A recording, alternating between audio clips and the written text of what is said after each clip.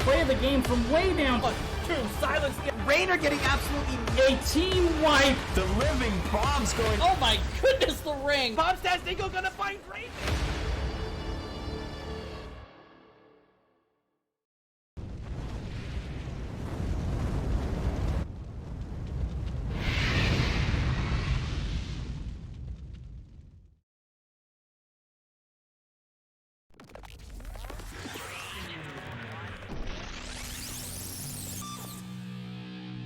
Oh, the life finder keeps Maev up. It was going to be a close thing. And healing, what? Get out of no! No! Triple stun again. Big flanks coming out from the Blaze. It's a death metal though. Death metal into the double, triple kill.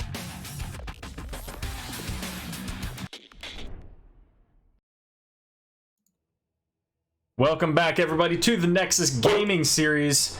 It's the end of Season 7. We're in week number 8, just a few days left before playoffs. So tonight is a very important match between Would Tap That and ProBUs. I'm your host, Aero. I'm joined not only by my good friend Alice, but my wonderful co-host, BeautHoliday. How you doing, Beaut? Well, Aero, I have a story to tell you. TLDR, I was getting watermelon out of my fridge. I dropped it on the floor, and then when I cleaned it up, I slipped on some of it. And then I almost stabbed myself in the eye with my eyeliner. So that's the type of day I'm having. But I'm excited because these teams are going to be epic, and I'm hoping, because I don't have any control over the situation, I won't be as clumsy. So pardon any mistakes. I'm like a clumsy clown today. That's my story. Hope you all enjoyed it. I got a flu shot. I mean, I literally got stabbed today. Woo! So there you go. All right, well, let's take a quick peek at the maps, as it looks like the teams are just about ready to go here. ProBUs banned out Dragonshire and Sky Temple. They picked Volskaya Foundry, while Would Tap That banned out Battlefield of Eternity and Cursed Hollow. Two very different maps there. So again, Volskaya Foundry going to be the map. We've got ProBUs selecting that map. And let's take a look at these standings here. So very close between these two teams here. Would Tap That sitting at 6th place with 19 points, just 1 point behind Zul'jin Distillery, 2 points behind Church of Murky and Team Rectum. They could actually go all the way up to 3rd place if they get a domination. Whereas ProBUs, sitting with 16 points, looking to get that domination, which would tie them in points with Would Tap That, but technically, because of tiebreakers, would put them ahead. Yeah, it's a big game. I mean, I've personally followed Would Tap That for the majority of the season. They're continuously improving. They're a really good team, so I can definitely see this as a potential domination for them. However, ProBUs, I think I casted one of their games, and I have watched a couple of their games, and they are not to be underestimated. They're very good. They put out a lot of damage. They get a lot of kills. They're very aggressive in rotation, so we'll see how Would Tap That deals with that. And I just realized, like, the color of our backgrounds are actually very similar. It almost, if we adjusted our cameras slightly, it could almost look like we were in the same room. Well, but we're not. A lot of me in this room. Anybody want to hang out? I have stuff right there. Oh, I got a new L-shaped desk today, so hopefully next cast you guys will be able to see that. But I have to put it together, and that requires effort. Fair enough. Well, we're going to see some bans here, as the first ban going to be Stukov, followed up by the Rexar. Rexar on Volskaya Foundry, not one you see often, but can have a pretty significant impact with that Misha. Yeah, I believe that is a target ban. The offlaner for Would Tap That does play a lot of Rexar, and his Rexar is very good. Fair enough. So I do believe that is more targeted, but I mean, I don't know. I don't know who loses to Rexar. I don't know how Rexar is in lane. I'm not an offlaner, but he's pretty strong. So I mean, it may not be like the map pick maybe, but it might just be the fact that he's a bully in lane. Sure, absolutely. And again, I mean, he does provide a lot of value with that Misha charge. You know, on these control points, I've talked about it before with Kael'thas getting more value than he should. Well, Misha charge can provide more value with that big stun hitting multiple heroes. But we're going to see Jaina coming out for Would Tap That, followed up by the Raynor and Johanna. And I like the pickup of Raynor, allowing them to kind of prevent Would Tap That from getting that synergy between the Raynor Jaina. Yeah, no, I agree. I think that it is. I know it's a high chosen hero for ProBUs. ProBUs. That's what it looks like. I don't know if it's the same thing, but yeah. And I know Joanna is as well. So, I mean, it could just be a comfort pick. It could also be pulling it away from them. But yeah, I mean, the Jaina Raynor combo. I feel like that's the most, like, when you think like what's a good combo. I wonder if that's like the most common one you think of, or VP. Yeah, I mean, more combos within that, like the Diablo on top of the ring or the VP. Certainly those setups. But next ban going to be Lunara. So interesting ban. I think like Lunara gets beat up pretty heavily by Raynor. Because he's got the additional range. Follow ban onto Lili. So a ban on Lili is interesting into this team. I wonder, who are we going to see from the auto attackers? There's no Greymane. There's no Raynor. Do we see maybe a Zul'jin? A Zul'jin? Yeah. Maybe. I am not too surprised by the Lili ban. I do know that that's a little bit targeted to some degree. Clearly they are tunneling the healers. Would Tap That is tunnel banning, which pretty decent strat if you've done your homework. So, but I don't know. I love Ana on this map. I think that she's able to position a little bit more flexibly. I think when it gets difficult is especially on the bottom point and the top point when you have those conveyor belts on. Oh baby, we have a Daddy Deckard. Aha! Everybody raise your canes. Okay, that was dumb. But the Cassia, I love Cassia. I think she's very underrated. I have done a Nano Cassia before, and a Stim Cassia, and they're both very scary. So I really like that pick.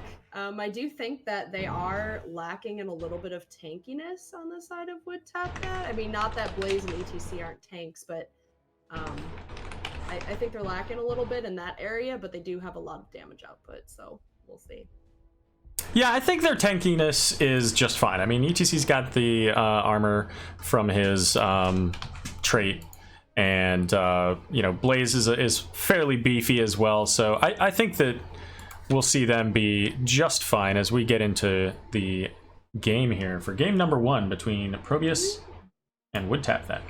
Well, you got to realize though, Aero, is that the tank and the off lane for Would Tap That, and actually the off lane and both tanks and off lanes for both sides are very aggressive. So it'll be interesting to see who goes down first. But that's kind of why I say that is there's a high level of aggression on both of those roles on both of those sides. So oh, I'm excited. This is going to be a good game. I'm very excited. And we do have the Portrait Synergy game going over to Would Tap That. As the Carbot portraits coming out for ProBUs here, but they're not aligned with the heroes they're playing, so I can't give them any synergy for that. No points there. I don't know if you're talking, Aero, or if you're just quiet. Oh, well, you know what? I was talking. Apparently, I somehow muted my Discord, so you didn't actually hear me, but they heard me because, of course, Discord is different. So. Okay. So, all right. Well, game number 1 here. Let me go ahead and pop up the team pop-ups, and we'll introduce these teams. Woo! All right. On the left, we've got ProBUs. We've got a Ruban, Raynor, Dragon, 478 on Johanna, Secret Asian Man on Liming, Hung Fu on Ana, and Leoric being played by Sage. And if they could stop talking, I could. Okay, so we have the Frost Queen played by Night Jaina. Tyanus Bane playing Cassia, Shadonius playing Deckard, Zilla playing ETC, and Colonel Pants playing Fiery Boy Blaze. All right. Well, taking a look here at early talents, so we see that charge strikes. We also see the Scroll of Sealing root quest here, Scroll of Identify, given the potential for armor reduction once those 16 stacks are picked up. Yeah, I think that's it is interesting. I mean, I don't really know if you need the yeah, I don't know. I do like that talent, especially with the damage they have. I think it's good. And Deckard, I think that Scroll of Identify actually the Scroll of Sealing got the cooldown reduced, if I remember correctly from the patch. So, and usually that's done in combo with the Scroll of Identify anyway. So, but you got to get your stacks for that for that benefit to you know, actually happen. So.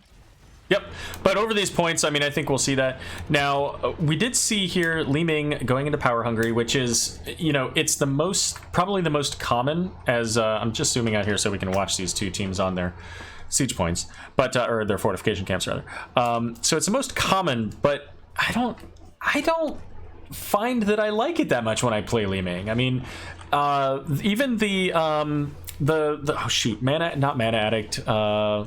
Anyways, the talent that gives her increased mana regen under a percentage of health. There's something presence. Astral Presence, thank you. So it increased from 25 to 30 or 35%, which is even better. It's a really good one for, you know, long sustained fights like over BOE when there aren't a lot of globes. You're often near lanes for this, but Control C and B, you're not really near globes that often, so I don't know. Yeah, I think it is interesting. I do know, like, you know, when I'm playing, you know, DPS, which isn't very frequently, but I've always been under the impression that Power Hungry is what you go. So obviously, again, you know, this is like a shallow knowledge base for DPS, but yeah, I mean, I definitely agree. I mean, I didn't realize, you know, kind of the deep structure of that talent, so it definitely seems like that maybe would have been worth it, especially on this map. So I think that's a really good point. Well, you know, and the other thing you can look at too is that Aetherwalker got buffed here a little while ago, giving that free teleport at all times, which was probably the biggest boost to it. But it also increases magic missile damage. So if you're good at hitting magic missiles, then Aetherwalker is fantastic. Even just for the cooldown reduction on when you take Calamity for your teleport. Mm-hmm. So ultimately, Li Ming has a lot of really good talents, but we're going to see Jet Propulsion in onto Ana, Power Slide in, and the root, and she goes down. First blood. Ana making it all the way onto the control point. Ooh. I think that was a great route. I think that ETC needs to be a little bit more careful. He did boop Ana out of the route, actually. So, and I think that's one of those things where it's very difficult sometimes to prevent yourself from doing that, especially when that's kind of maybe a combo that you do pretty consistently. So, but maybe it was just, you know, common and guaranteeing the kill, which isn't necessarily an issue. But we have some Deckard potions placed a little bit aggressively towards the side of ProBUs. Not necessarily a bad thing, but they're a little bit spread out, but they are covering the majority of the entrances and exits, which is good. So I think that route, like boot back, like I think that worked out just fine. You know, they don't get the stack, but that's okay. But here we see again the route going out. Biotic emitter dropped by ProBUs. Both of the turrets going down, and ETC having to power slide away. Colonel Pants getting stuck there on Johanna, but Johanna's gonna fall next, and now Leoric having to wraithwalk out to avoid getting that route. But again, Zilla having to back away. 72% so far for Would Tap That. Yeah, I think that was a great initiation. You know, Bioemitter was forced out, as was, so both items were forced out, or all of the items I think were forced out, maybe. Yeah. Yep. Because I think right before that, ProBUs grabbed their turret, so which is good. So Would Tap That should have an advantage in this next fight once Sir Pants a lot gets back. But the point I was making about that Well, hold up. We've got a fight here. Oh, are you sure? So, Colonel I just Pants get here getting the damage, or the healing reduction there. Turret going out. Overtime You're in proc, but trouble. Sage is the first to fall. But these red health bars are very low, and Li Ming so getting low. so many no. resets. Li Ming, they're doing a great job body blocking and kind of switching off, doing that. That was I think a great. I know it was more offensive for WhatsApp that, but I think that was also on the defensive side, preventing Li Ming from getting that. That was really good. But they are at ProBUs is at 99, so they do need to be a little bit careful. Joanna spawning in 2 seconds, so. I think ultimately this goes over to WoodTap that, and orb build coming out from Li Ming here is going to give them consistent resets on the orbs, but in a way I almost still think that Astral Presence would have worked a lot better because when you get those resets on the orbs, it only takes a few of those before you're completely out of mana. And with that cooldown reduction, I mean, she can throw those out every couple of seconds if she hits a hero. At the far distance, which of course is what you're going for there. Anyone else have any opinions in chat? What do you guys? Nobody has opinions in chat. Oh, oof, chat. Prove him wrong. Prove him wrong. Listen, if you really want to get chat talking, just ask them about their feelings on Juice Pirates. That's all you got to do, and we'll be talking for 2 days about it. All right, the jet propulsion in onto Johanna, but Johanna uses that Iron Skin to just walk around Blaze. They're kind of zoning him off. The Blaze was kind of zoning him off the Protector for a little bit. They did a lot of damage on that. I'm actually surprised they're backing away here. They had a full wave. They did have level 10s early. I think they could have picked that up. Yeah, I don't think. Yeah, I see why. I do think securing an item is very good. I talked to a couple when I was part of Anomaly, and we had some suggestions from Not Paradox. He mentioned, especially on this map, items are very, very critical in winning team fights, and so I think that's maybe what they were going for, is just securing camps. I know on the side of ProBUs, they're very aggressive with camps, and they're very consistent with getting camps, and they're quick to rotate. So that might have been kind of why it was more of a prevent them from getting the camp, maybe. That'd be my guess. Yeah, perhaps. But a camp gets you one team fight. A structure down is gone for good. Aruba in a bit of danger here, but is able to use that penetrating round to disengage and walk away. Yeah, nope, that was an interesting fight. I thought they were gonna be able to get a pick there, but nope, that was a great healing and great PL on the side of ProBUs. Cold wine in chat, very very yeah, about having opinions. His opinions don't count. Ooh, what do you have to say about that? Because he apparently is a heathen and doesn't think that pineapple belongs on pizza. So therefore... Oh, no. Cool. Dude, he's out. Yeah. Cool. I'm with you. I subscribe to the cheese or just pepperoni on pizza, so... I actually do kind of like cheese pizzas, but I always feel like... I feel like getting a cheese pizza just is... Like, I like cheese pizza, but it feels wrong. I don't know how I feel about this house party going on right here. It's a little awkward. Oh, this is so good. This is so good. This is easily a kill. Oh yeah. Goodbye, Anna. Baby? Easily a kill. Baby? There you go. There you go. All right. Now... Oh boy. I mean, they did miss a little bit of soak, but not, they're still ahead in XP, so interesting play. I didn't know all of them could fit in there, to be honest. I mean, ETC is pretty thick. He's a thick boy. I mean, he is a little beefy. Tempest Jet. I mean, listen. Isn't it spelled ProBUs? No, it's spelled, well, kind of. It's with a capital B and a capital U. So the emphasis being ProBUs. I So you're correct that it is spelled ProBUs, but because of the capitalization, it implies ProBUs. I've had this discussion in the last time I casted. If you're gonna have some like obscure thing, like maybe provide like a pronunciation guide. Oh yeah, like capitalizing letters. But hey, here we go. We've got to fight over the support camp here. Big mosh pit knocked away. Interrupted very quickly. Oh, and the Ana grenade going out.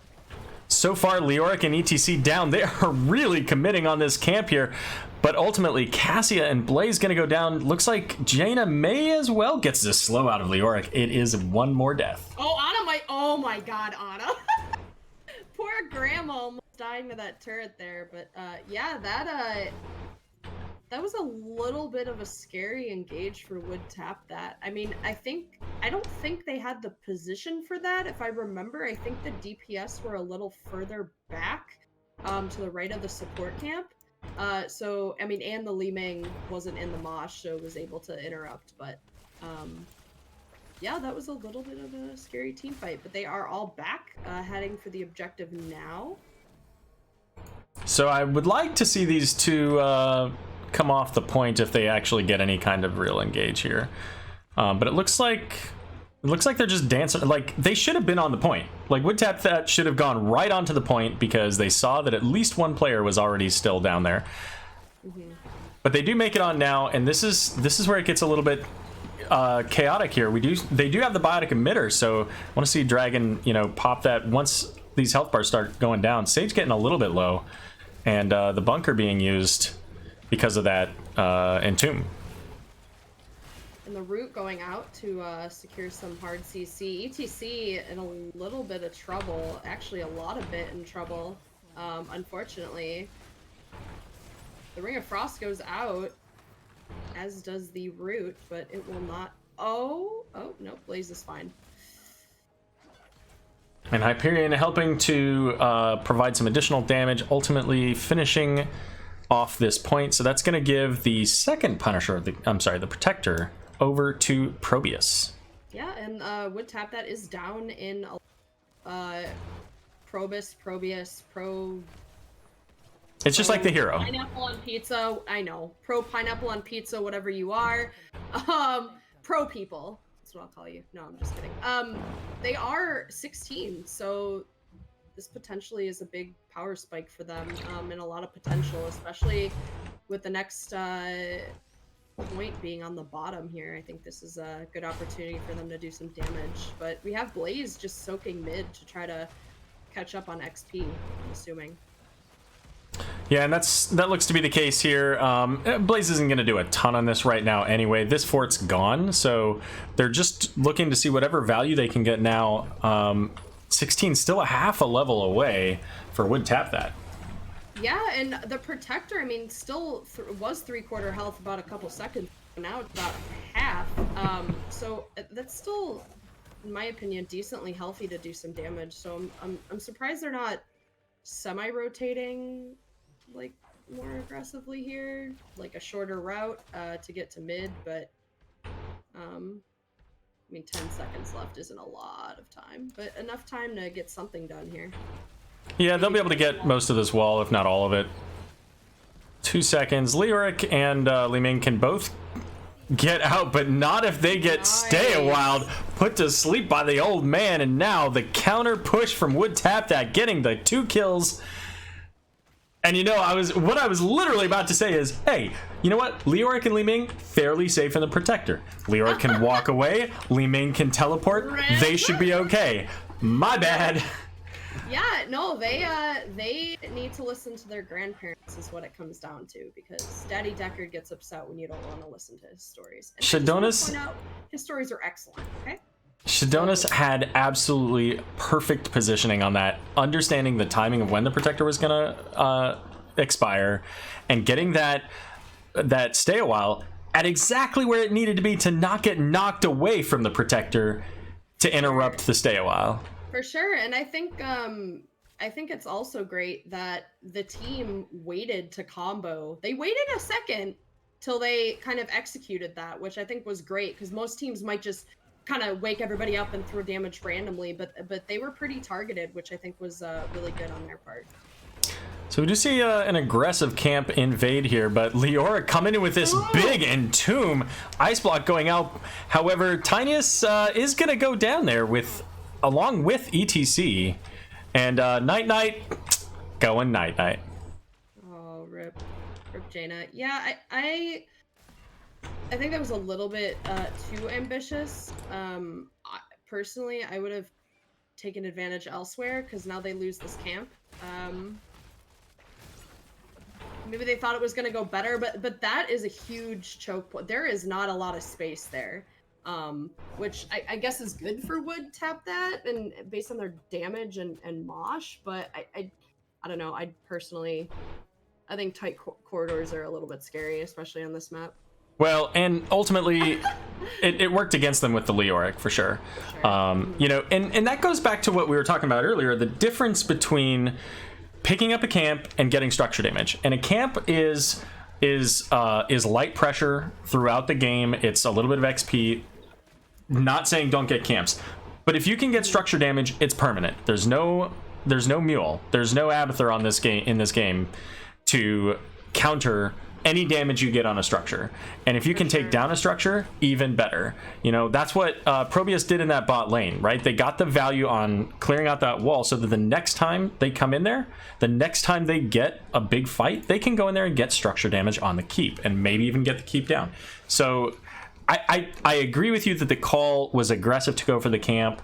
They ultimately should have just gone for the structure damage, either mid lane or probably bottom lane, where they've already lost their fort. I mean, if you're ProBUs, if you're pro people, the prosies, what are you thinking right now? Are you gonna soak 20? I mean, no one's on the point right now, which is I think you put Johanna on it, and then if you have to pull away, then you pull away. But yeah, they didn't even need to. It's already 20. Yeah, there you go. But you have to be really careful here, because if you're sitting on that point, Would Tap That has other things they can be doing. They have a good minute and a half before they have to be on that point to stall. So they should be soaking lanes, and they could, honestly, they could just straight up push in top lane. Yeah, that is also an option. I just want to point out really quickly, Joanna taking Radiating Faith, increasing the number of enemies hit by Blessed Shield as opposed to the Indestructible Shield.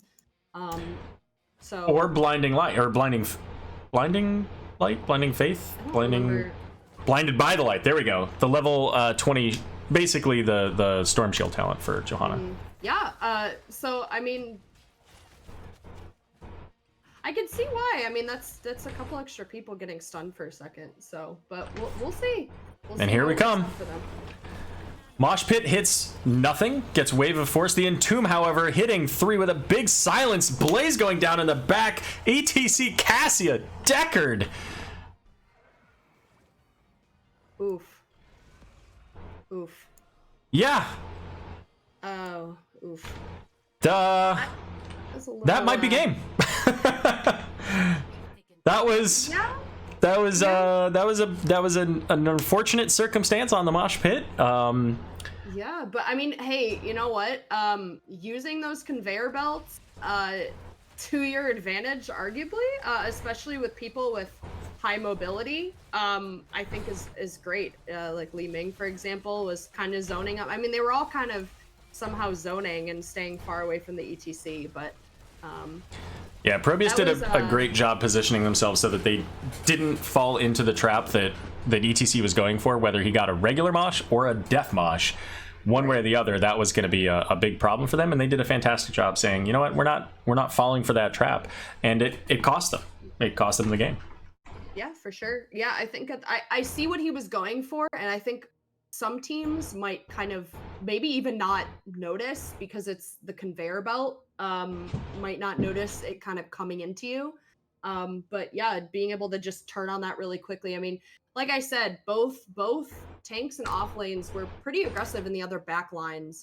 But it ended up being that, you know, ProBUs, they were able to, you know, maybe kill faster or capitalize more quickly on those kills. But good game, I think. I don't know. It was good. was good. Yeah, both teams had some really good, strong plays. Just overall, the damage potential coming out from that Li Ming and Raynor, they really put in the work to get those kills. And that last fight, that wasn't the only fight. Obviously, that one up top with the fantastic entomb from Leoric. I got to call out Sage for that. For sure. But there were some really fantastic plays as well from WoodTap. That Shadonis with that stay a while and listen, absolutely just clutch play. Just not quite at the right time or the right follow up afterwards to get the success that they needed out of that. Yeah, and sometimes it just comes down to execute more. Maybe both teams execute a good amount, but maybe it's whoever executes the fastest or maybe more. So. So my good friend in chat here mentioning that the next time that I come over for dinner, we're gonna have cheese pizza with no pineapple anywhere near it. Yes. I agree with you, friend. Cheers. Here's my glass of water. Now is Tempest Jet from Heroic? Well, I'm asking Jet. I'm just gonna have to wait for 30 seconds. Oh, oof, yeah. For Jet to tell me. I'm assuming it is, but I don't know. But Jet, of course, being the captain of the team that got all of their flex matches scheduled quickly in Heroic. Let's see. So they want first picks, so that goes map pick over to them. They want first pick, so you get map pick. All right, so it sounds like the teams want to take a quick AFK break. So we're going to go ahead and put up a quick, just a break timer, and we'll be back in a few minutes. Sounds good, homies.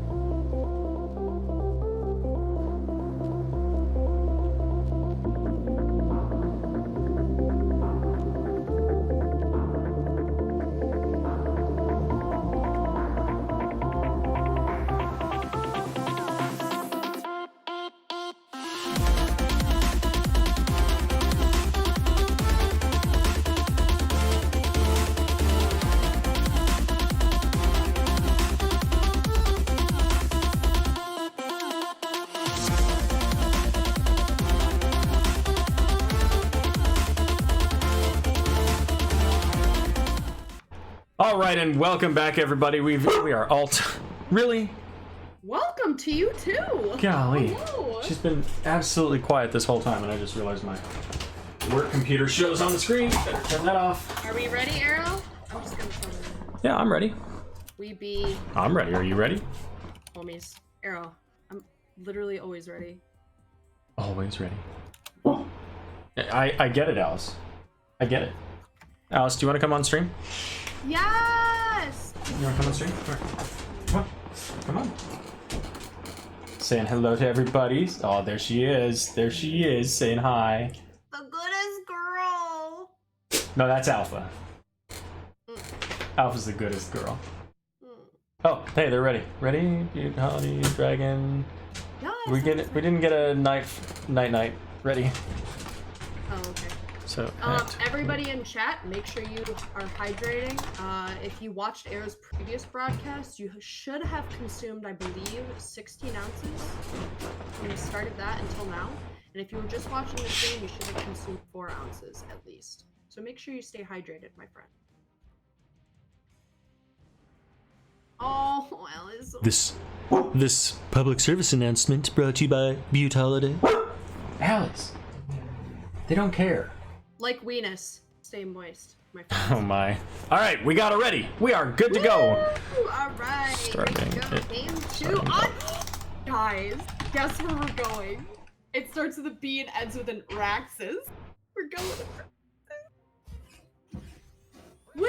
I'm so excited! Yay! Weapon systems online.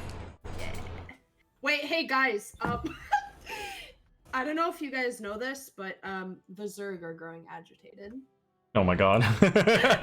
Somebody, we were in a game and our Kira player just goes, "Hey guys, I got something and I gotta tell you." And then like 3 minutes later, she was like, "The Zerg are growing agitated," and it was just so random. It was so funny. So I hope I answer that on Nexus Edge. What the best map-based voice line. And the Rexar ban again, and the Joanna ban.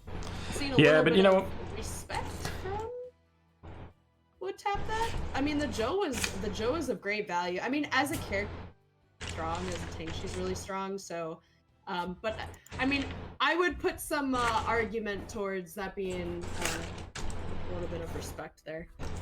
Maybe. Certainly they're changing up their bans here, as they originally were looking at full healers. Obviously they go back into that Stukov. The Rexar, you know, that's a good ban here. I mean, Rexar is really strong at holding the point for as long as he wants, pretty much. Greymane, a little bit different. I think that, I mean, that just keeps along with their previous drafting. But Greymane gets a lot of value just in general. He got a little bit buffed, so you know, whether you're throwing cocktails into Zerg or just trying to get some of that quick burst damage, he can really or even sustain damage. He does it all. Well, his camp clear is really strong, is it not?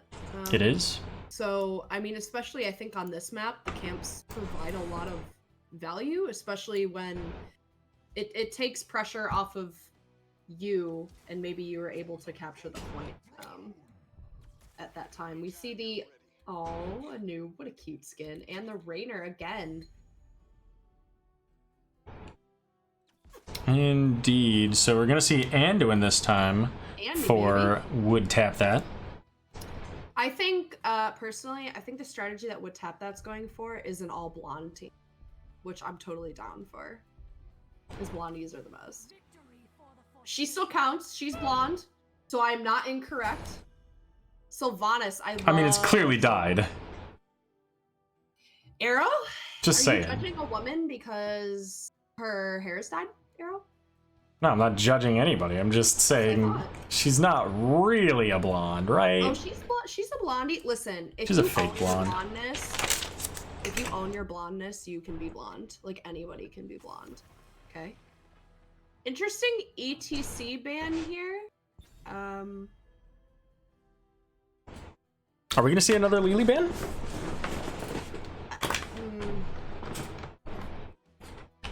Maybe. Or do they stick with the other? Well, they banned out Anduin last time, so never mind. Yeah, Leoric. You know what? Leoric is just. I mean, he is a hero that is. So strong. He provides so much value. Like, he is a game-ending hero. When you hit level 20, it's just absolutely insane. His Entomb, his Buried Alive is just. I mean, why would you ever take anything else? You're not wrong. But we are seeing the Imperious and the Lily. Oh, baby. All right, would tap that wins. Next draft. Let's go. Oof. Oof. I don't know. I'm hoping they keep up with the blondies, but I don't know. I mean, Joanna's banned, so I don't know who else is. I'm just kidding. I actually enjoy Lily. I think she's a fun hero to play. Oh boy! I almost said Colonial. Colonel Pants with the Urel. There you go. There is your Urel for you, and a Murden, who is blonde. Well, that actually, technically, hold up. Technically, Urel is blonde. She's platinum blonde. So Murden is not blonde. Murden is dude, Aero. That is golden blonde hair. What are you taught? That is definitely brown. Aero, no. Okay, golden blonde hair. Googling this, and the Li Ming coming out of Secret Asian Man. No surprise, he did excellent last game. All right, guys, here we go. I'm looking for this golden blonde. This is exactly golden blonde, Aero. Come on. So I did get the. It's a dark golden blonde. That's exactly what it is. It's like a hay blonde. It's a haymaker. Anyway,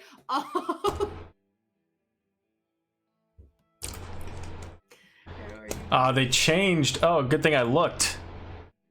So let's see. So Night now is on the Sylvanas, and Tinius is on Jaina. Feels on Meridian. Okay. Good thing I checked that. I don't like having my little pop-ups be wrong. what do you mean? They're on the labels are on the right side. Yeah, they're no, they're right. I just the heroes changed. Originally Night had picked up Jaina. Right. And Well, so there's background stuff that you don't see as a CoCaster that I put in so that when it pops up on the stream, if you actually watch the stream when the teams get popped up, you'll see like these little pop-ups showing the heroes. But that's not automatic. I have to put that in manually. So if they switch people and I don't catch it, then it just says somebody else is on it. well, there you go, everybody. You know what? When you get casted, you appreciate your caster because they do a lot of behind-the-scenes crap. Well, let's get started here for ProBUs, currently up 1-0. We've got Aruba on Raynor, dancing in the lane here. Secret Asian Man on Li Ming, Hung Fu on Lily, Dragon 478 on Nubarak, and Sage coming in on Imperious. And for Would Tap That, we have Shadonius on the beautiful Anduin, Night on the Dark Lady, Honest, Tyranius Vane on Jaina, Colonel Pants on his favorite Urel, and Zilla on the definitely blonde Murden. The definitely hay blonde Murden. Winky face. All right, so let's see here. What do we have? We've got Renew for Anduin, the Shadow Dagger quest, and Fingers Frost for Jaina. Let's see, Third Wind for Murden. So again, the Power Hungry. Now this is a map the Power Hungry I think does really well on. So because there are constantly globes available. So I expect to see again some more of that, orb build potentially out of the Li Ming because they seemed really comfortable with that. What is that? Good something free drinks for Lily, giving her that reduced mana cost. Ace in the hole for Raynor. I love that talent, actually. I know a lot of people that what eat one is, which I mean I've never taken, so I can't really give an opinion on it. But I really love free drinks, especially early game when a lot of people get put down. Just as an example, like Anubarak did. You're still able to maintain your presence in lane.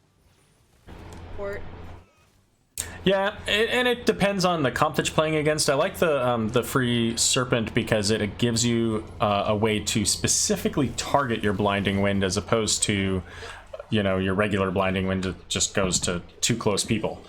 So you can get that Blinding Wind out on a Rainer, for example, if it was on the other team. Or, say, a Sylvanas and try to slow down the stacks coming out from her Black Arrows trait. Yeah, that's a great point. I mean, I don't think it gets in team, but to your point of being targeted and being able to be in control of it, I think, yeah, that's totally great. Colonel Pants up here just bullying this Imperious. No mana and no health. He's gonna have to back off. So that's an early percentage gain for Would Tap That. So keep in mind that the Braxis control points now work a little bit differently than they did a couple weeks ago, but we'll come back to that in a second. Night tossing out that Haunting Wave, but not electing to use it as Zilla so low. Oh my gosh, that's pretty low. They gotta. I mean, they have time to work out. You know, especially with Colonel Pants in the top lane. Just, I don't know if he's supposed to win this lane. I do know that's like one of his favorite or best heroes. But I'm not quite sure if that's supposed to win the lane. But it looks like Would Tap That is back up to healthy, except Shadonius, which can be a little bit dangerous. Woo! Mark Zombie with the raid. Welcome everybody. Thank you for the raid, Mark Zombie, and we're in between game number 1 and we're on game number 2 here. Oops, I just clicked onto a structure. Love it. On Would Tap That and ProBUs. Currently 1-0 in favor of ProBUs. Sorry, I had to switch around there to get this back up. No, you're good. All right, well, Bro Charge in is going to help to secure that first kill onto Jaina. First blood coming in 3.5 minutes into the game, and that's going to give ProBUs the stall on the timer there at 90% currently for Would Tap That. And what we were talking about earlier is that those control points, they keep going if you step on them now. And nice kill top lane by Colonel Pants. Just, I do not think Sage went back. If I'm not mistaken, I think he tapped. Yeah, I think you're right. So, you know, he was kind of at that 20 to 30% health that entire time. But we do see a Nubarak top, so maybe they can make something happen bottom lane. Oh, they're just gonna back out here, which not a bad plan. They're kind of ring around these points a little bit, so not a bad plan. Yeah, but now, yeah, I was gonna say with Yrel picking that up, it might. Oh, just 2% off, but Murden coming up now. They're gonna meet in the middle here. 2 ships passing in the night. Ooh. And this is gonna be the battle of the frontliners here as Anubrak and Imperius go in against Murden and Yrel. And I don't like the chances of blue right now, but Zilla already taking so much damage, has to back away. Well, I don't like the chances of red in the bot lane. Oh, and a double cap from Proteus here.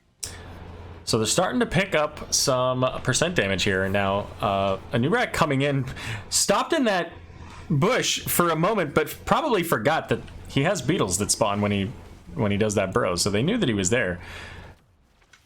Top lane brought to the halfway mark there by the Yrel. Let's show these talents for everybody here since some people just got here. Oh, interesting. We see Gift of the Naru from Yrel.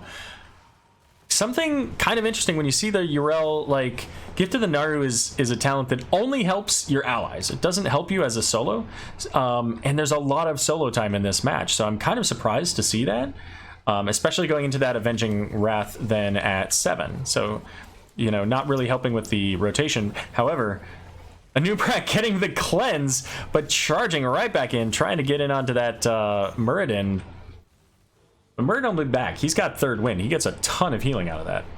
Yeah, and now it looks like Sage is being the bully time. I think the reason he takes that is potentially late game, especially with the two tankier the frontliners that they do have. I think that might help the sustain of the front line.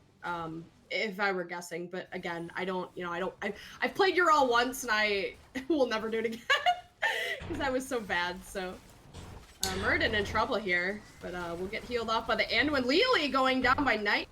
Great aggressive play there. to secure that. A little bit of an unnecessary pull, but that's okay.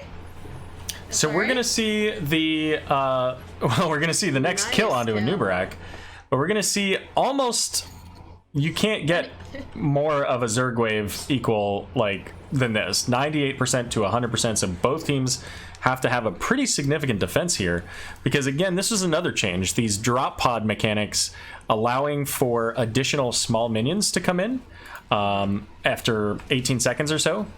So if you just leave the Zerg wave, eventually it just wins the game. Yeah, I mean, I think it's a little bit on the side of WoodTap that's advantage, considering that ProBUs's wave was top lane, so they had to, well, the wave they were was top lane, so they had to rotate. But WoodTap that didn't have to move, so they were able to clear that a little bit more quickly. But surprisingly, I mean, ProBUs just cleared it, you know, maybe 10 seconds later, so props to them. That was a good clear. Yeah, and arguably WoodTap at that has a little bit better on the wave clear, especially for the Zerg with the Jaina and Sylvanas as opposed to the Raynor and Li Ming. Like Li Ming, you have to get the right angle, you're not going to hit all the Zerg, whereas, you know, Jaina and Sylvanas can put out the damage on all of the important ones for sure. Speaking of Jaina, just finishing her quest, which is a good one for her, especially in sustained teamfights. However, if you look at the Frostbite quest, I mean, still a ways to go on that, but now with level 10s coming on, that'll happen quickly, especially with this camp invade. In trouble here. So is the Nubarak, but they're not really focus targeting the Lili. Oh, let's zoom out. So we do see that a Nubarak kill, a little bit of a split there as Li Ming coming up from behind, but then thanks to picking up that camp here, having to back away, getting the damage out from Jaina as well. Yeah, for sure. I think this will be very helpful. Hopefully, this camp gets some value for in the top lane, but it looks like they're gonna maybe try to make a play on Imperius here. I don't know if they get a play here. Sylvanas just gonna turn off the tower, but I think they get this kill here because I don't think the team comes in time. Oh, well, the cocoon on your rel, but still goes down. Big bro charge. And now, big, you know, Wailing Arrow going out with the silence. You know, I realized they got the play onto the Imperius, but it took them a long time. I think that was the wrong call. I think that they take that camp, they see Imperius over there, they leave him there, and they just go get the fort. Like, they should have easily been able to take that fort out with that camp with Merc Queen, but they spent 10 seconds chasing Imperius. Yeah, no, that's a great point. I think if they would have killed him way faster, I think they could have done both, but I think that's a great point. So I'm a little surprised. I was expecting him to go down much faster, to be honest. So in my eyes at that time, it seemed right because I thought that they would have taken him down faster, but no, I totally agree, Aero. Yeah, but the thing you have to remember is that players can change their positioning, they can call for aid. Structures get nothing. They're stuck there. You go in, you have Merc Queen, you get a huge bonus, like, and they're permanent. With the spell armor. That was huge damage going out onto Nubarak too. Yeah, exactly. Jaina a little low on mana here. Li Ming's about half. The cleanse is out from Lili, I believe. That was, yep. So that's like a 40-second cooldown, and it's reduced by fast feet. So that'll be up in about probably 30 seconds or so, which is a very short time. Still enough to, you know, if they're gonna force the fight, still enough to potentially make a difference here and to win. But Jaina in the back line just abusing this Li Ming, but the jugs come out, so she will be able to heal up fully, but has no mana. And keep in mind, again, this channel already 58%. Oh, and here comes the Hyperion zoning him out. Night with the aggressive, but yeah, there we go. And doing a nice protect there. And Salvation is not an ult you see a whole lot of, especially when you've got an Nubarak, a Raynor, and an Imperius, and a Wave of Force on the other side. I mean, it's harder to sustain than Mosh Pit, even though it's kind of a similar concept of what you have to watch out for, because the enemy team doesn't get put to sleep or anything. So I think anybody to that can point, interrupt though, it. it is a good way of. I mean, you wouldn't really use this to bait out like the Imperious Q or the Anubarak per se, but I think based on Shadonius's position, he's been relatively conservative, so I think they'd really have to come in the back line to interrupt that. So. Yeah, and Anubarak definitely not wanting to do that. Look at how much damage Anubarak just took. Oh my god, No, you go to sleep. No, you go night-night. And that is the first fort of the game going over here in favor of Wood Tap That, pushing on now to the keep wall. Up in the top, Colonel Pants has already cleared the minimal Zerg wave that came out for ProBUs. I mean, this is still a healthy wave. I mean, do you get the keep here? I mean... They have no Lili, so they have to be a little bit careful. They also don't have Imperious. And if Anubarak dies here, that's... Oh my gosh. This is even worse. Now this could be game, as they have no tank. Imperious isn't here. I don't know. Yeah, I mean, that's a... They're going to pull back. One, but yeah, they're playing it safe. They're playing it smart. I think that's a good call. I mean, at this point, if you get team wiped, I mean, what are the consequences, really? I mean, death timers are, what, 20 seconds? 30? Yeah, something like that, and so, you don't, you know... if they really wanted to go for it, to get damage on it, I don't think... Yeah, and they get the free kill onto Imperious, and that's the kill that you were talking about earlier, is, hey, let's catch this guy. He's completely, unaware of this rotation, which is a little surprising. I mean, there was every indication they were coming. But now they're going to get the value onto that fort. They're picking up this camp, and I want to see them push with this camp. I don't want to see them rotate, which is exactly what they're going to do. Oh! They have Merc Queen. They easily take that fort wall, or the keep wall, and maybe even more.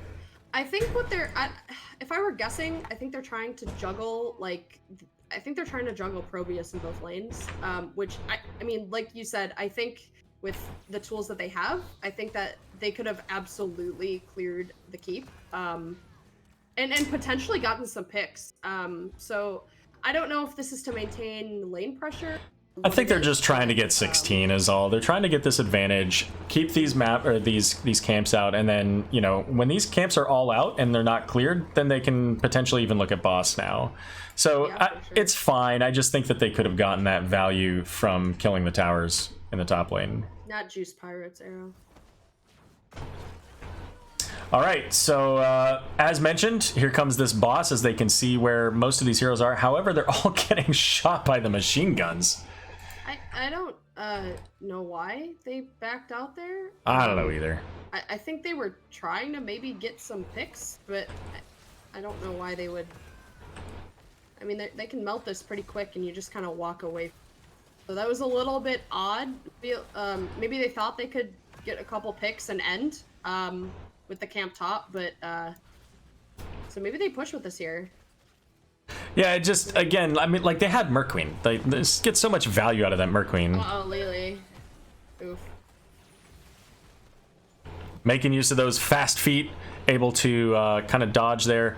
Boss is coming in the top lane, so this is going to provide them a pretty significant amount of value.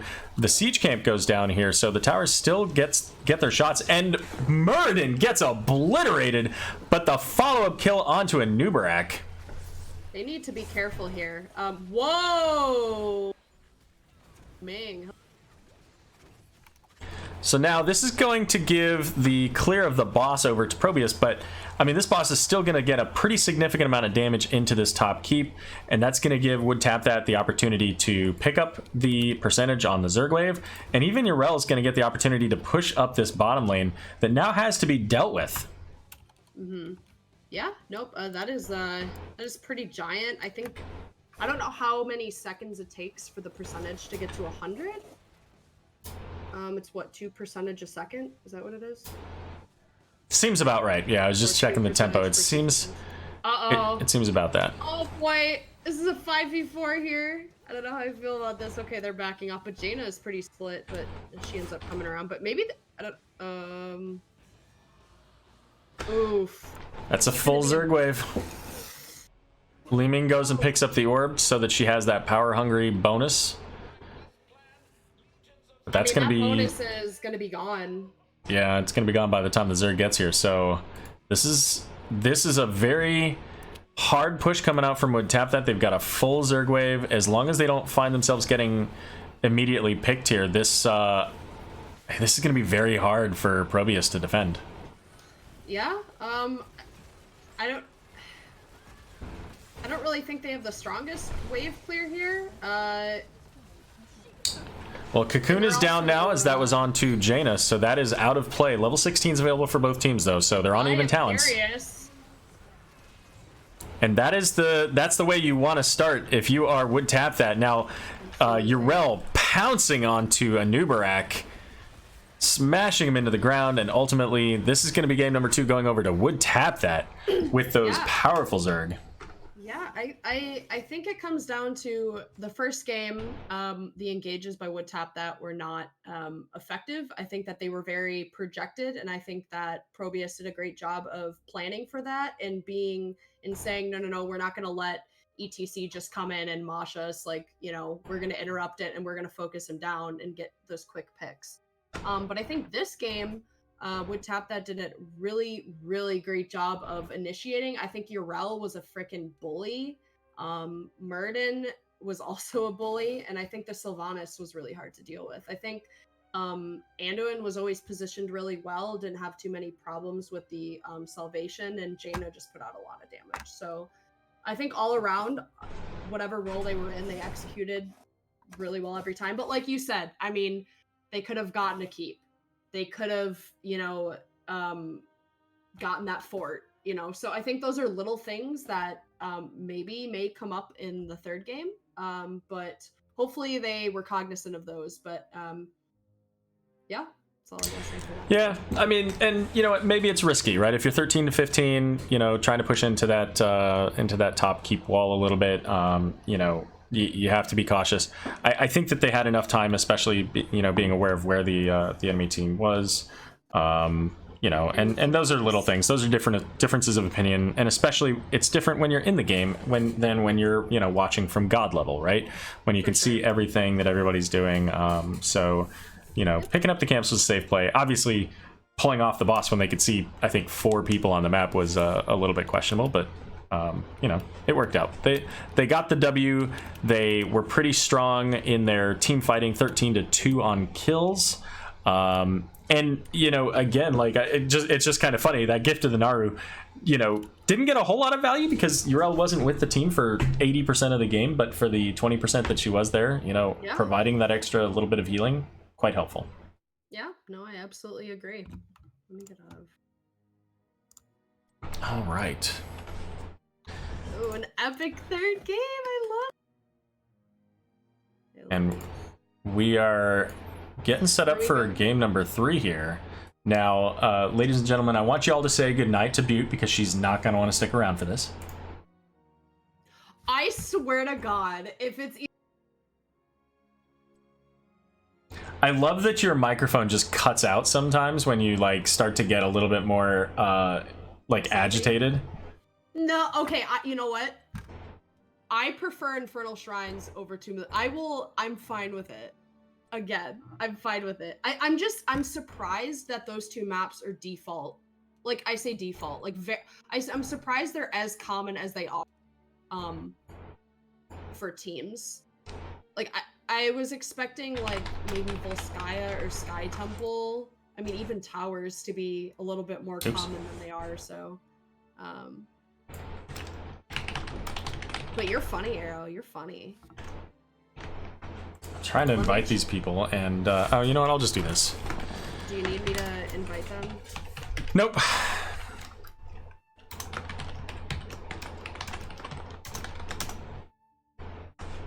Cool, because I already did.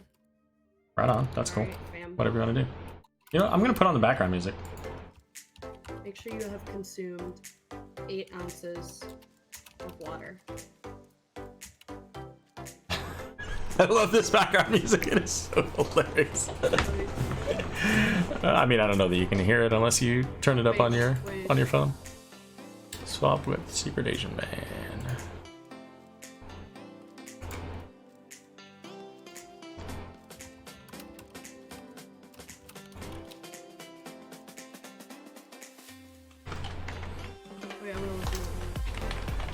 Oh my god, I love it. Isn't it? It's so great. That's so epic. Casters are ready. I'm always ready. Ooh. So Infernal Shrines. So we've seen Johanna, Stukov, Leoric, Rexar, Greymane, ETC, Lunara, Anduin, Lili. All of these heroes were banned out. I expect to see a Greymane ban. I think that continues. I think that Rexar could continue as well. ETC gets some decent value out of here as well because of these corridors. Sometimes can get some good mosh pits. It wouldn't surprise me to see a switch to a Kael'thas from the mages. We got a 1 sec request from Night Night. You know what I could go for right now? What could you go for, Aero? Some water? That too. Hold on. Let me hydrate. Alright, water or cheap. You know what I could also go for right now? Cheese pizza. I could go for some pineapple pizza. Alright, all of you out there who are currently following Aero, unfollow. I love that your mic keeps cutting out, like right at the perfect times. Is it really? Just a little bit, just enough. Just when it's advantageous for me, basically. But seriously, actually, I'm interested. For those of you that are in chat, which is not an insignificant number of you, what are your thoughts on pineapple pizza? I gotta hear it. What do you guys think? Red Wolf, welcome. Listen. Hey, Red Wolf. Because We already know your answers thoughts. Will determine your fate, is all I gotta say. Because the god who created pizza will smite you. Get Shrek'd. Yep. Night Night set captain and okay, good.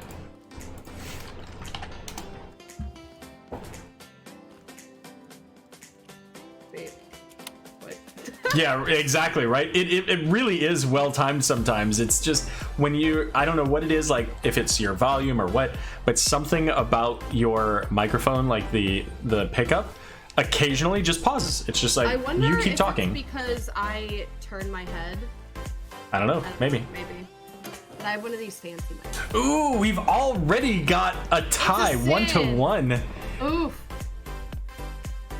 There you go, Red. See, you know what, Red Wolf? We're still tied.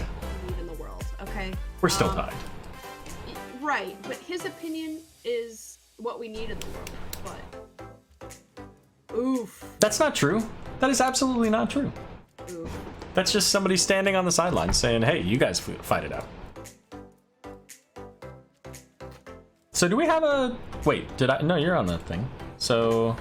Cheers to everybody. All right, we got it ready. Do we have another ready? And probe. Let's see what probe says. I'm assuming this is Ronan from Do It Right. Sure, Ronan will let me know if that isn't correct. Where is your...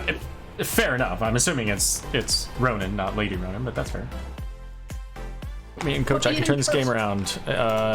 Is first pick correct? I just need to make sure that I have the first pick correct.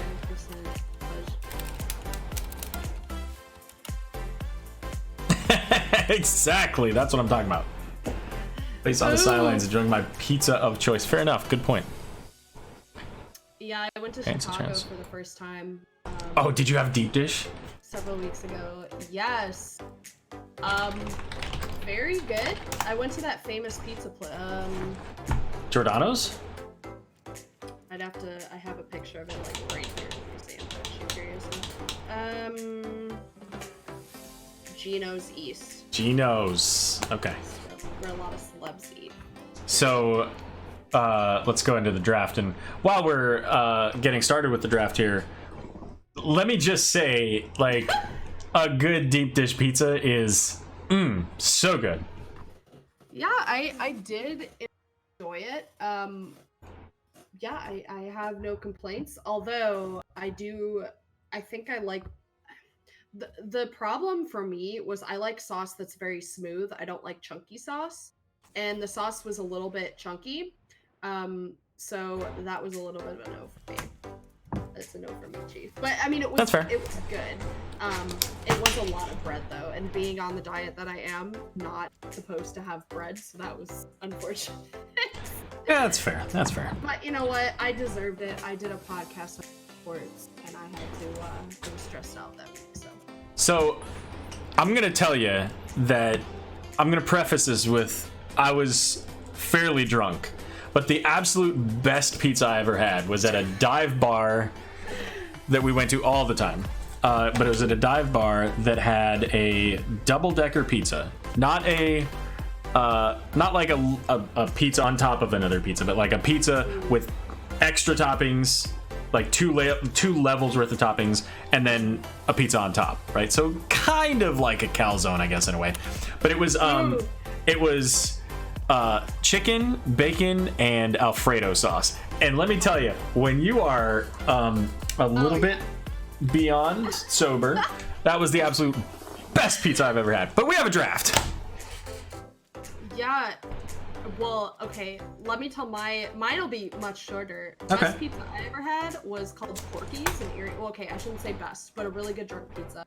Porky's in Erie, Pennsylvania, like less than a mile, like 2 blocks from the school, so you could walk there, but all the drunk kids would do it, would go to the store and get some. It was like thinner, but it was so cheesy and so good. I don't know what they put in it. It was like the crack fries from like Hopcat. They call them crack fries, quote, that there isn't real crack in it. Let me just clarify for those of you that aren't aware, but it was just super. Anyway, but that's my story. All right. But we do see the Sylvanas fan from ProBUs, which to be expected. I think Night Knight's Sylvanas is a little bit terrifying. Just you know, a lot actually, but and a Diablo ban last. But Anduin will be picked by ProBUs as will Murden, so a little bit of flip flopping here. Raynor will be taken by ProBUs here. So we do have an early Blaze pickup here from Colonel Pants. So I'm interested, like, if they might look at going solo tank Blaze. Like, what are they holding back on a tank or a healer that they're, you know, concerned about? Why do they want to pick the Blaze so early? So I'm interested to see how that goes. That's a good point. I think Shadonius. Oh, we see the KT just like you. Nailed it. Wait, to be honest, they changed somebody.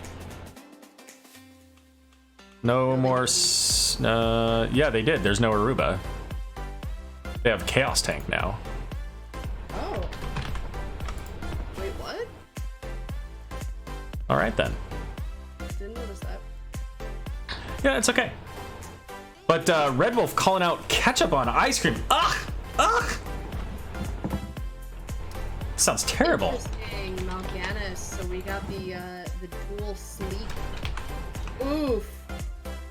All right. Well, you know what? That is.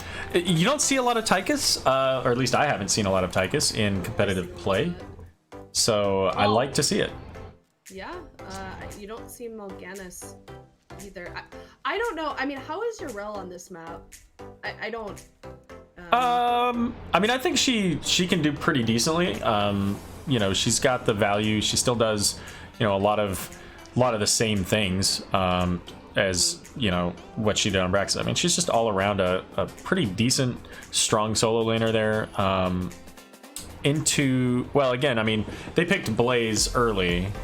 So Blaze is gonna. That's why I'm a little surprised. I mean, into like a Murden and I mean maybe a Dahaka. I don't really. Well, Dahaka was picked later, but you know, the disengage is what I was, I guess, wondering about.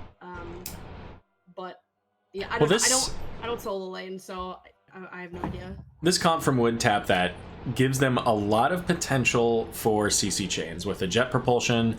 They've got the Mal'Ganis sleep. They've got the Ring of Frost. They've got the Ana sleep darts. And at level 20, if Mal'Ganis goes into it, he can, after he puts them to sleep, he can reduce their vision while they're asleep and 2 seconds after. And that is a pretty significant, brutal talent. It's kind of like having an isolation, which, by the way, Dahaka on the other side.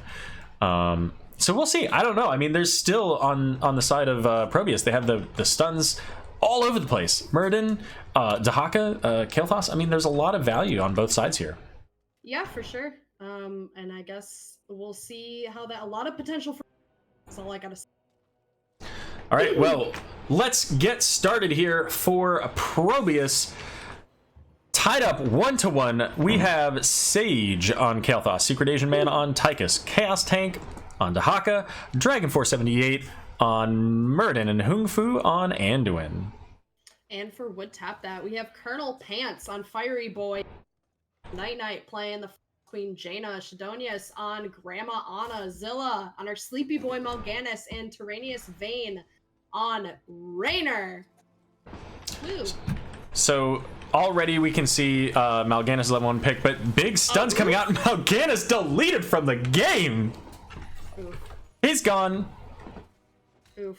Hey, by the way, I just want to rewind back one game to the beginning of game number 2 when Lily was locked, and I said, okay, that's game over. Go ahead and move on to game 3. We could have saved ourselves half an hour. Just saying. Right, you're right. Get to, we're spending time together. We're hanging. Oh, that's a massive push in the bot lane. Interesting.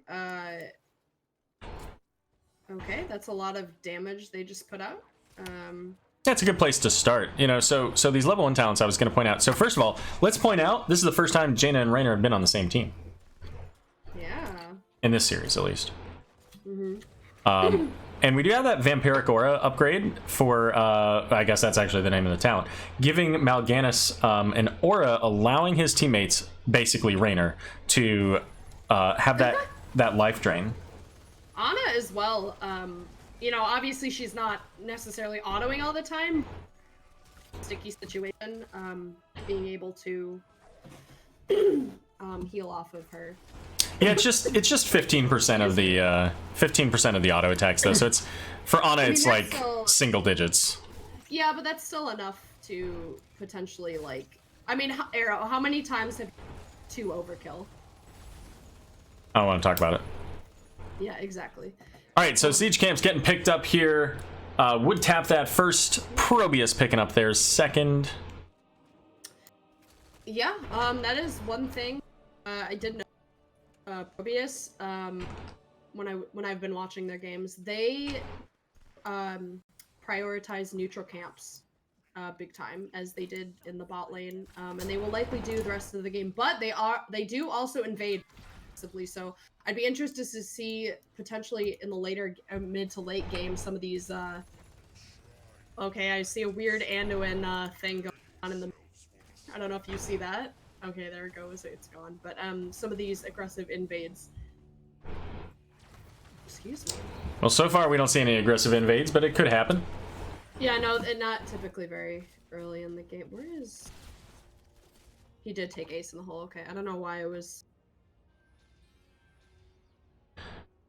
All right, what else do we have here? So Ana going into the sleep darts at 4, giving the extra doses, and then also her sleep dart will pierce all enemy heroes while she's in that movement. That is not the rotation if you are Raynor, but Ana able to heal you out of it. Night in a little bit of trouble, try not to spread the bomb. But yeah, my guess is that he's going into the spell power reduction build from Ana, right, which would make sense. Although I don't know if he's going to be able to get to KT, but maybe he will.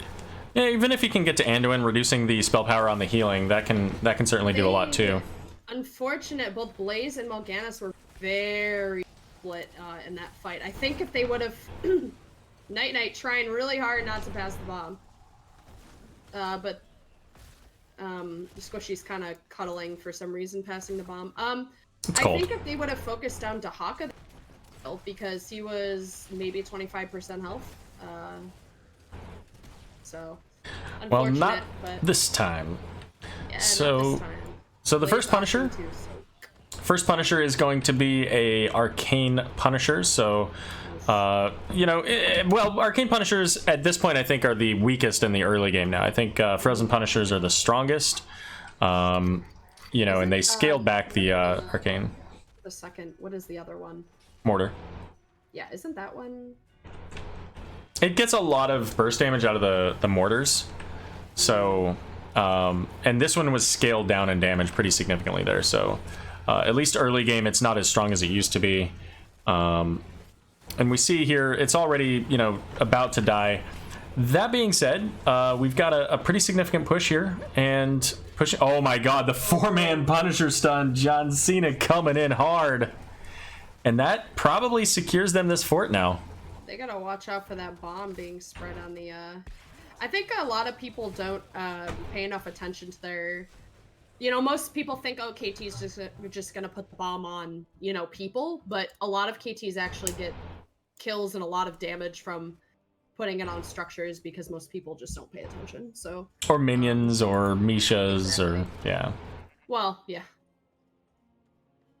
Alright, And so... we'll see another neutral camp take by ProBUs, and would tap that just kind of chilling by theirs. I don't know if they're expecting an invade.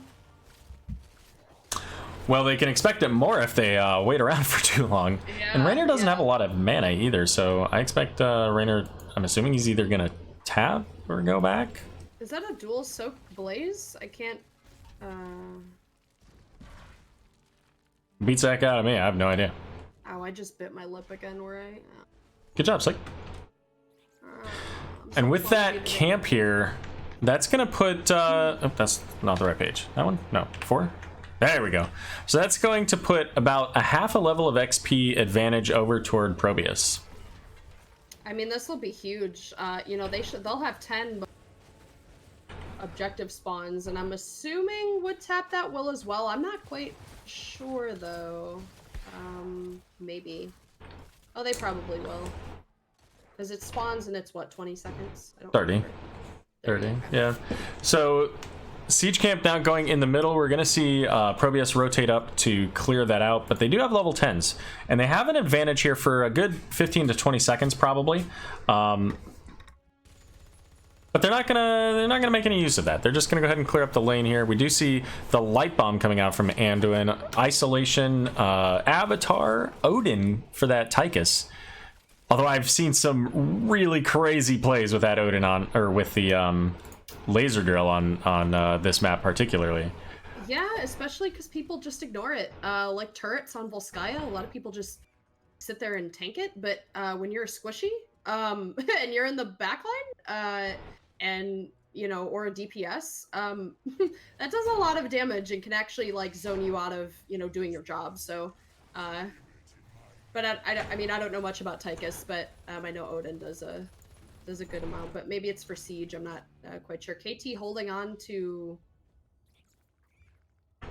his ult. Yeah, I think it's a game of chicken here. KT is waiting to see if Blaze is gonna go bunker, and Blaze is waiting to see if KT is gonna go pyroblast. Now, in addition to that, we also have another extra spicy pick in dark conversion. Ooh, I don't know, that ult confuses me a little bit. Oh, Blaze just getting rooted by the Tychus. Oh, the combustion.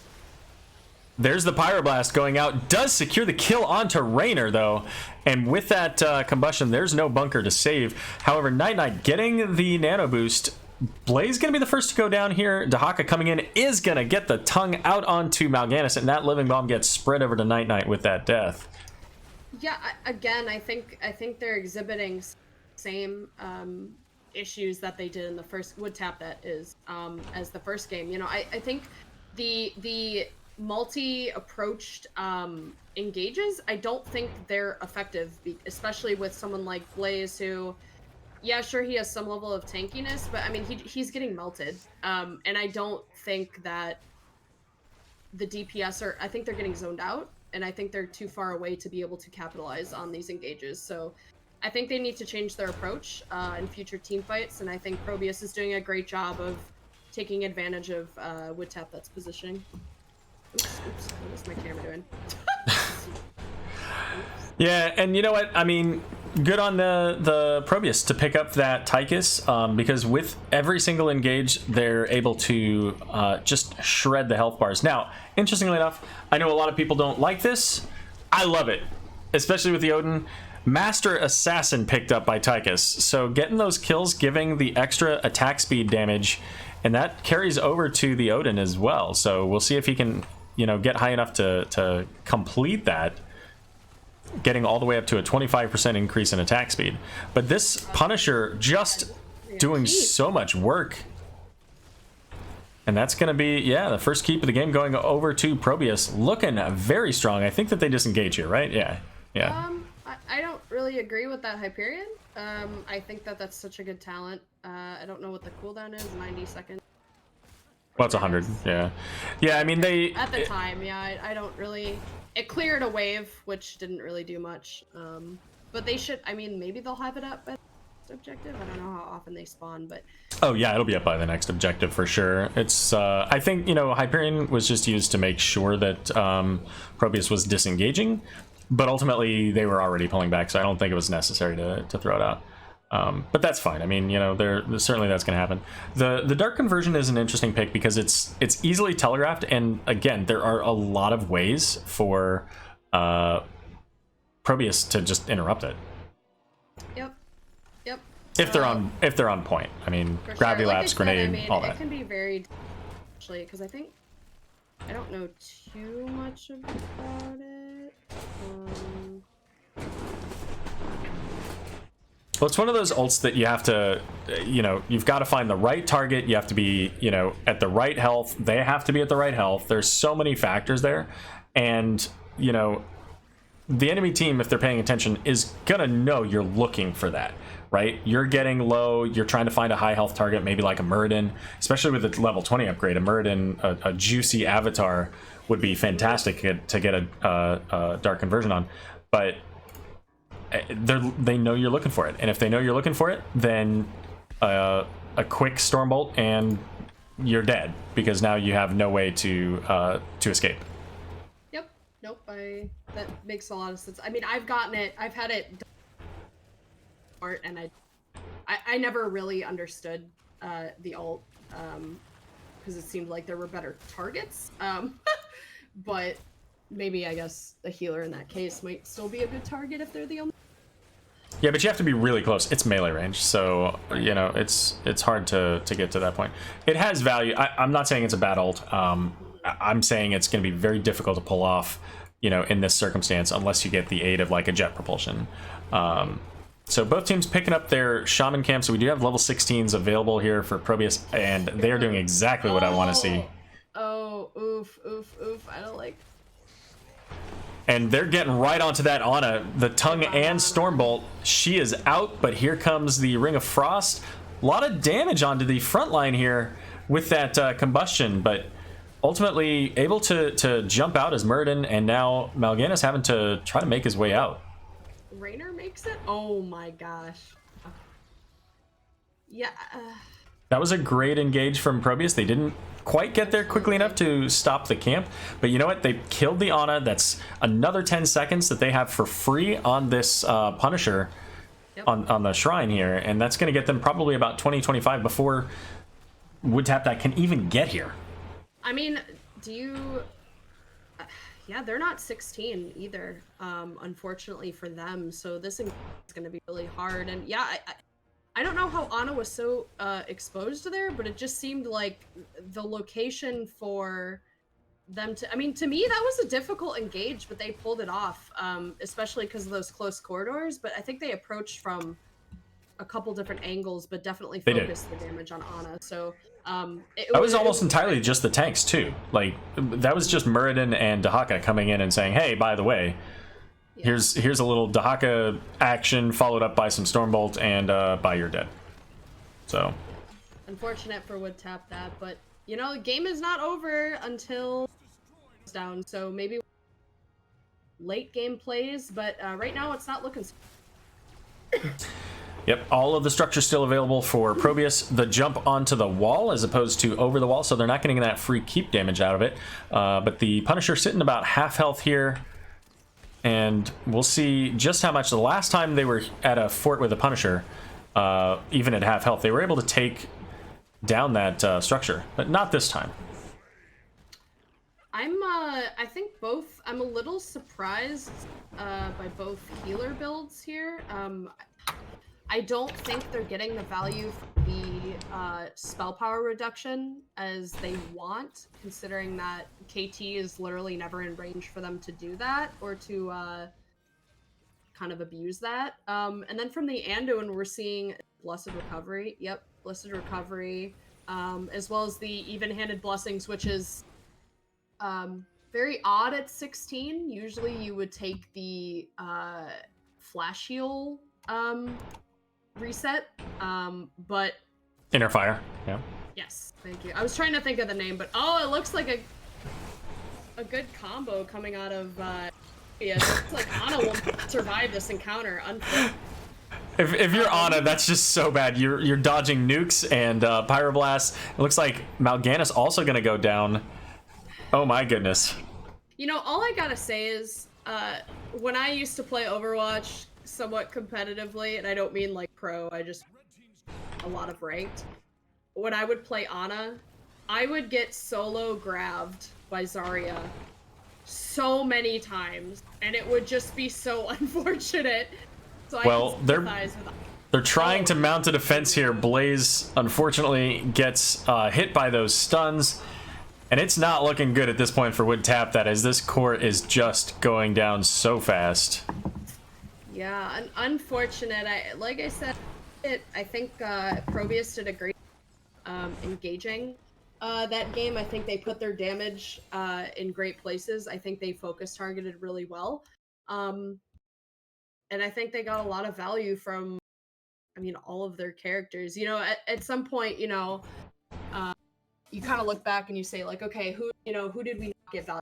Maybe, like, every player played well, but we didn't get a lot of value. So, but I see everyone on, you know, ProBUs getting value in some way.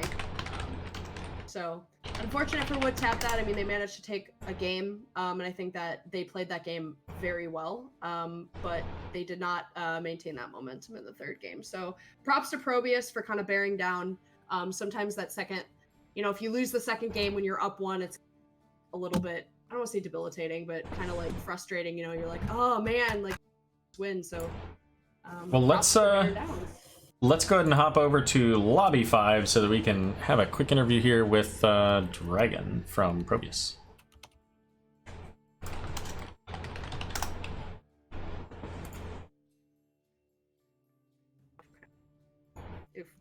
Hello. Hello and welcome. It's good to be here. Glad you could join us. So congratulations, 2-1 victory over ProBUs. Now, the interesting thing is, I don't know, let me start with, do you have any more games for the season, or is that it? Yes, we do. I think, I don't know when Rectum and FF play, but I think we've got the final match in Div D East. Gotcha. So, coming up this Sunday. And who are you playing against? 2 Calculated. Gotcha. So they're right up at the top, number 2. You guys with a 2-0 victory over them. Well, let's see. Where would that put you? That would put you ahead of WoodTap, that ahead of Zul'jin Distillery, and tied with Church of Murky and Team Rectum, depending on how those games go. But right now, that ties you up with Tryhards. I think it puts us. Yeah, I think it puts us tied in 8th for Tryhards. Am I correct in that? Currently, yes. Right now, you guys are tied. Well, 7th, 7 and 8. Tryhards have 18. You guys have 18. Interestingly enough, Zul'jin Distillery and WoodTap that tied for 20, right ahead of you guys. So, you know, a very interesting set of circumstances in the lower half of the playoff bracket for Division D East.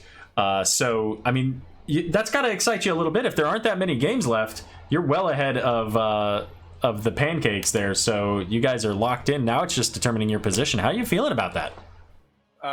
We're feeling pretty good. Our goal going into the season was just simply to make playoffs, and now that that's in the bag, it's, you know, all right, well, how high can we go? Where do we set our sights? Do you know how you fared against Church of Murky and Team Rectum? Church of Murky dominated us, and Team Rectum, it was a 1-2 split in their favor. Okay, so then it looks like then the highest you guys will be able to get is to 5th. But still, that puts you in a 3-way tie with Murky and Rectum. So, certainly not, nothing to be sad about being in that position after the games that you guys played tonight, which were fantastic. Thank you very much. Yeah. So let's talk a little bit about that. So you guys apparently hate bears and dogs. Hate the bears. It's terrible. Rotten critters. Get them out of the Nexus. Oof. All you animal lovers out there, you better watch out for them. They hate animals. And let's just settle this once and for all, because we've talked about it a bit on the stream. Yes, How please. do you say your team name? Yeah, please, because I feel like an idiot every Okay. time. So the intention when the whole thing was put together, it was supposed to be ProBUs, as in the hero, and it was supposed to be a silly little pun on We Be Pros, ProBUs, which apparently was so vague it even went over the head of my teammates. Ooh. Oh my. And on the first cast, first game, we logged in, and the caster goes, Nexus Cats v Probe Us, and I immediately realized I had lost control of this situation, and the NGS was just going to decide how we were pronounced, and that was that. Okay, well, I want you to know that that I've been saying it correctly for the entirety of the season. He absolutely has. And I'm out here supporting you guys, trying to make sure that people say it right. Oh my god, Aero. Thank you. I would very much rather be the ones who are pros as opposed to the ones who get probes. Yes. But whatever keeps chat happy. You guys Yeah, no enjoy it. doubt. So I do want to say one thing here. I apologize when you go back and watch the stream. As soon as you guys picked Lily, I said you guys should just delete the draft and go on to game 3 because you were going to lose the game. Now, to be fair, and I want to, I got to shout out Hung Fu. I think that's what happened, so I think that's fair. It is pretty much what happened, yeah. And for what it's worth, I like Lily. I think she's a fun hero to play. I was mostly just kidding. But you guys pretty well got bodied on game 2. But game 3, Wow, Aero. 9-0, right? You guys came back with a vengeance and blew them away. The camp invade, top lane, which was not quite into the invade territory, but you were going for it. Getting that Ana between you and Chaos Tank was clutch. Set up the ending of this game. So when you guys are heading over there, I noticed obviously you and Dahaka kind of split up. Do you know who you're going for? Like, do you have a plan, or is the plan just get there and hope we can make something happen? The main plan was kind of just get there and see what can happen. If you're in a spot when you can CC chain an Ana, obviously that's a fantastic opportunity to find yourself in. But that camp in particular is fairly obstructed by bushes, so you kind of don't have full visualization on it until you're right there. The main thought at that time is we have advantage. We have advantage on the map. We've got 16. We've got camps pressing. Be bold, and it worked out for us. And again, on game 1, you guys played really, really well. I want to point out, Leoric got some buff love here. I don't know if you guys took the talents, because I'm not as familiar with Leoric and I didn't really read his details.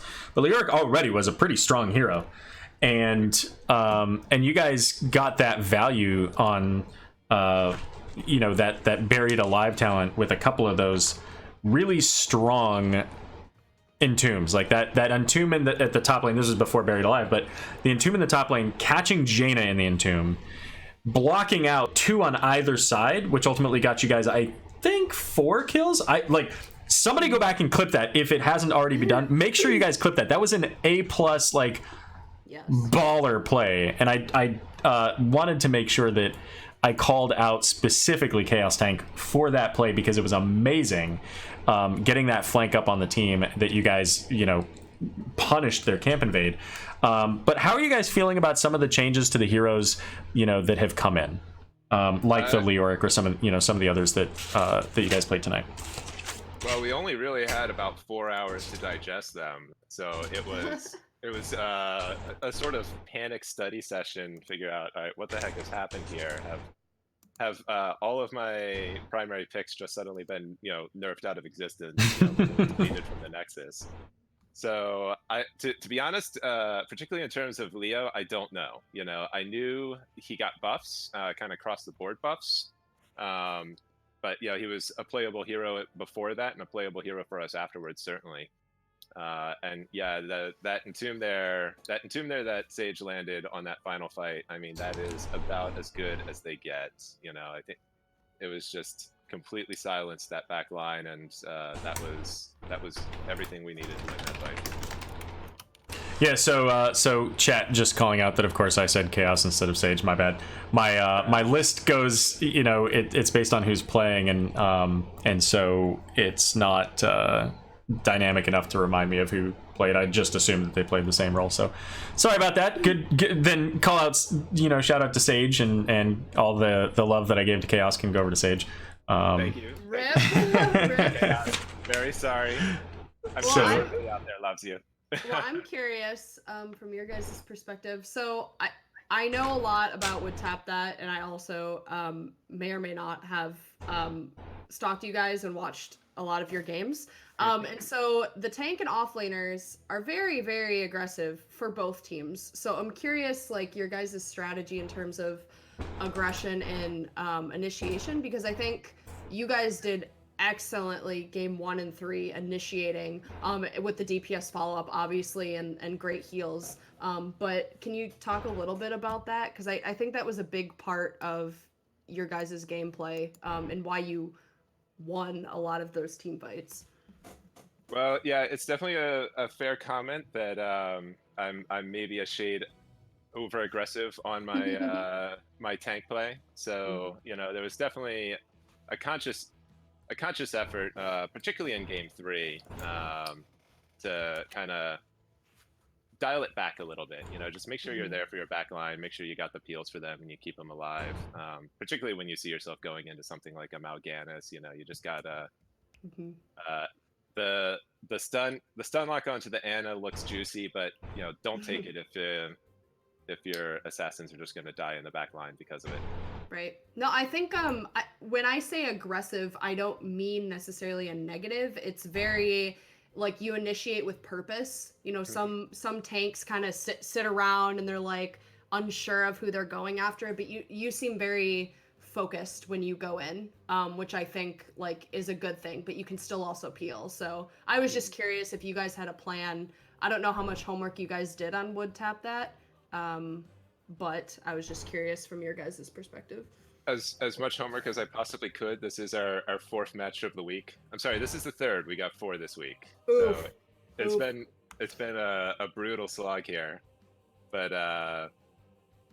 end of the season can be a little tough when you've got some extra flex matches to try to get in under the wire. Yes. We weren't procrastinating. It was what's the word that I used? We're being efficient. Right. Yeah. So Dragon, there's a question that I asked in the captain's chat a while ago, and there were some questions that they posed, and one of the best ones that I thought was just simply, what was your favorite moment out of the match tonight? Oh my God, Aero, you ask this every time. Favorite moment out of the match, as wonderful as that camp invade was with the CC chain onto the Ana, I think I gotta hand it to that massive entomb at the end of game 1, and it just completely isolated that back line and won that fight for us. And ironically, our back line didn't even really see it because they were dealing with an ETC in their face and they didn't even realize how money that was. But watch that game back, guys. That was a killer play by Sage and totally won that game. Awesome. Any other questions for you? What a selfless comment. I love that.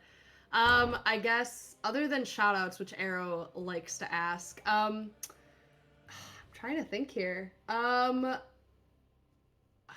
I don't know. I don't really ProBUs. Okay, good. Well, now that I know that, I will be saying that from now. Just like the hero. Where have I heard that before? Right. Well, if you say ProBUs, it doesn't give the same effect as ProBUs. Like, do you see what I mean? Like, there's not as much emphasis. Oh, okay. Well, I have a question, and then Aero can go. What's your opinion on pineapple on pizza? It's a sin. All right, we're done. Well, there you have it, folks.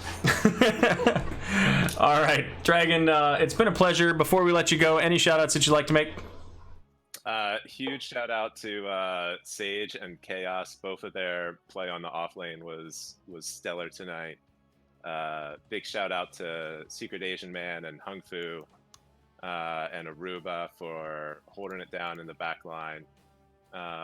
Big shout out to WoodTap that for just giving us an amazing match and for being such a strong competitor.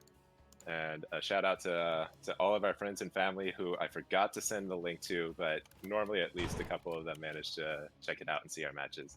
I'll link them the replay. Aww. There you go. This one's for you guys watching in post. Aww. Good deal. Well, thanks again.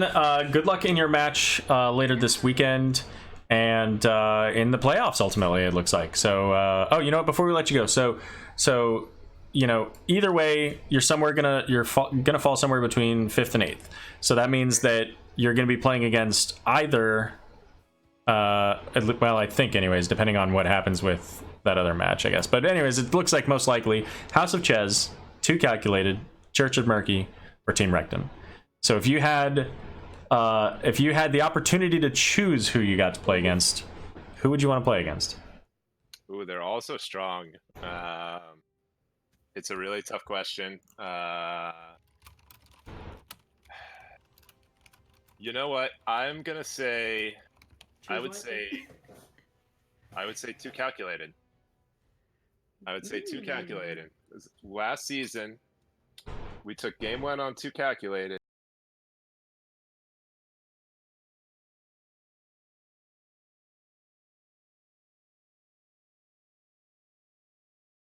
The beginning of the end of our first season in the NGS. I don't think we won a game from then on out.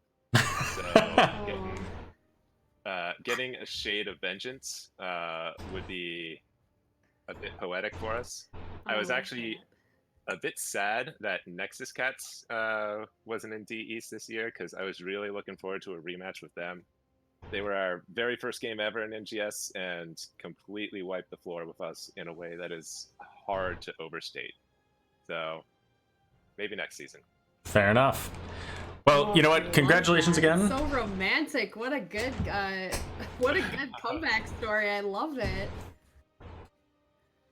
Absolutely. Dragon, thanks again for joining us tonight. Again, good luck with the rest of the matches for this week and your playoffs. And yeah, I guess that's it. Thank you, guys. Thank you for the cast. Big shout out to you guys. Absolutely. Shout out to you for a good match. It's always fun to cast 3 gamers. So. Alrighty. Good games and good luck to you guys. Thank you. Let's do it again. Have a good night. You too. Bye. Alrighty. So, everybody, that is going to be the end of our cast tonight. 2-1 ProBUs over WoodTap that in a 3-game series. And we saw earlier Murky's Hit Squad 2-0 over Reborn Knights Black, securing the spot for Murky's Hit Squad and pushing out Regen Phoenix. And that's it for us tonight. So thank you very much for joining us, Butte. Is there anything you want to say to the people at home before we take off? Take care of your watermelon. I don't know if you guys were here for the watermelon story, but take care of your watermelon and don't bite your lips. And stay hydrated. Stay hydrated. That's all I gotta say. And don't text and drive and spay and neuter your pets. I think we've covered the full spectrum of... Don't put pineapple on your pizza.